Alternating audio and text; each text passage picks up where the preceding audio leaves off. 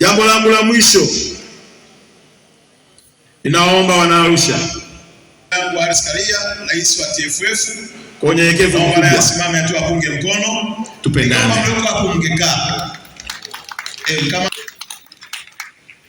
Ninaomba Wanaarusha kwa unyenyekevu mkubwa tupendane. Nafasi na wakati hutolewa na Mungu kwa mtu aliyemtaka na kumruzuku hiyo nafasi.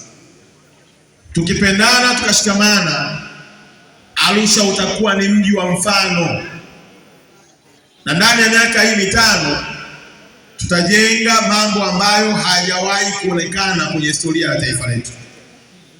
Tukipendana itakuwa ni jambo la muhimu sana. Palipo na upendo hakuna ugomvi, palipo na upendo hakuna ushirikina, palipo na upendo hakuna faraka, palipo na upendo hata yale mapungufu yanayokuwepo tunayafunika kwa upendo.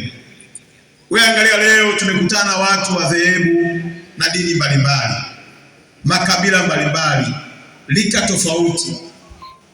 Hii ndio Arusha nayoitamani kuiona kama mbunge wenu. Kwa hiyo niombe sana wakina mama na kina baba, tushikamane bila kujali chama. Kwa wakati mwingine vyama vinaweza kututenganisha, lakini bila kujali chama, tukishikamana tukawa wamoja, maendeleo tutayapata na kila mmoja atakula keki ya taifa.